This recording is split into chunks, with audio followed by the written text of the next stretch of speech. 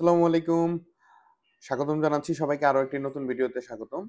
আজকে আমরা জানবো ঢাকা থেকে রিয়াদ এয়ার টিকেটের প্রাইস কেমন আছে, ঢাকা থেকে কুয়ালালামপুর প্রাইস কেমন আছে, ঢাকা থেকে ব্যাংকক এই ৩ টা দেশের ফেয়ার জানবো। তো আমরা এখন যদি আমাদের একদম স্ক্রিনে দেখাচ্ছে ঢাকা থেকে রিয়াদ লাইভ আপডেট এটা।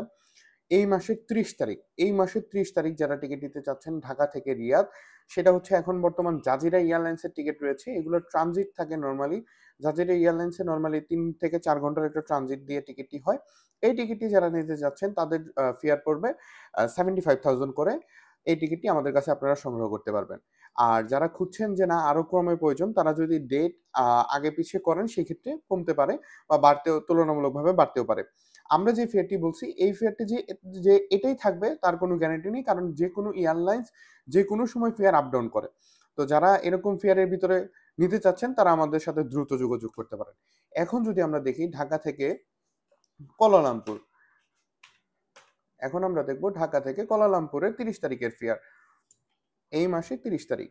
তাহলে আমরা যদি এই মুহূর্তে দেখি ঢাকা থেকে কুয়ালালামপুর ইউএস বাংলার ফ্লাইট রয়েছে। এখন ঢাকা থেকে মালয়েশিয়ার প্রাইসগুলো বর্তমান কমই রয়েছে। সেক্ষেত্রে আমরা যদি দেখি ঢাকা থেকে কুয়ালালামপুর বাটিক এয়ার একটি রয়েছে। এই বিমানে যারা যেতে যাচ্ছেন তাদের জন্য প্রাইস তুলনামূলক অনেক কম রয়েছে। যারা বাটিক এয়ারে যেতে যাচ্ছেন তাদের জন্য প্রাইস পড়বে মাত্র ২৭,৫০০ করে। আর যারা যেতে যাচ্ছেন ইউএল এ যারা যেতে যাচ্ছেন তাদের জন্য ফ্লাইট পড়বে, অর্থাৎ শ্রীলঙ্কান এয়ারলাইন্সে যারা যেতে চাচ্ছেন তাদের প্রাইস পড়বে, আমাদের প্রাইস ডাউন দিয়ে আমরা দেখি তাদের জন্য প্রাইস পড়বে ৩৪,৫০০ টাকা করে।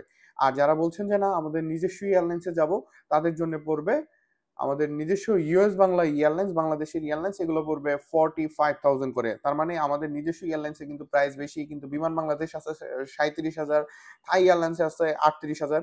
তো এরকম এয়ারলাইন্স ভিত্তিক প্রাইসগুলো কিন্তু চেঞ্জ হয়, আবার এগুলো ডেট ভিত্তিক প্রাইসগুলো চেঞ্জ হয়। এটা হচ্ছে এই মাসের ৩০ তারিখের ফেয়ার। এখন আমরা দেখব ঢাকা থেকে ব্যাংককের ফেয়ারটা যদি দেখি,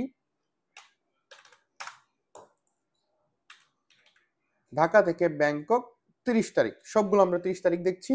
আচ্ছা, ঢাকা থেকে ব্যাংককের বর্তমান প্রাইসও কিন্তু কম আছে, কিন্তু ঢাকা থেকে ব্যাংককের তুলনামূলক ইউএস বাংলার প্রাইস অনেক কম আছে। এখন ঢাকা থেকে ব্যাংককের প্রাইস আছে ২৮,৫০০ করে।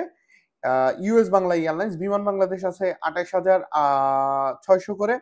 তারপরে এয়ার আরাবিয়া আছে ৩১,০০০, তারপরে ইউএল আছে ৩২,০০০, ইন্ডিগো আছে ৩৫,০০০। তো এরকম যারা আপডেটের জন্য জানতে যাচ্ছেন তারা আমাদের সাথেই থাকবেন এবং আমাদের কমেন্ট দিবেন, আমরা আপনাদেরকে আপডেট দিয়ে সহযোগিতা করব। ধন্যবাদ। এখানে ভিডিও শেষ করছি। আসসালামু আলাইকুম।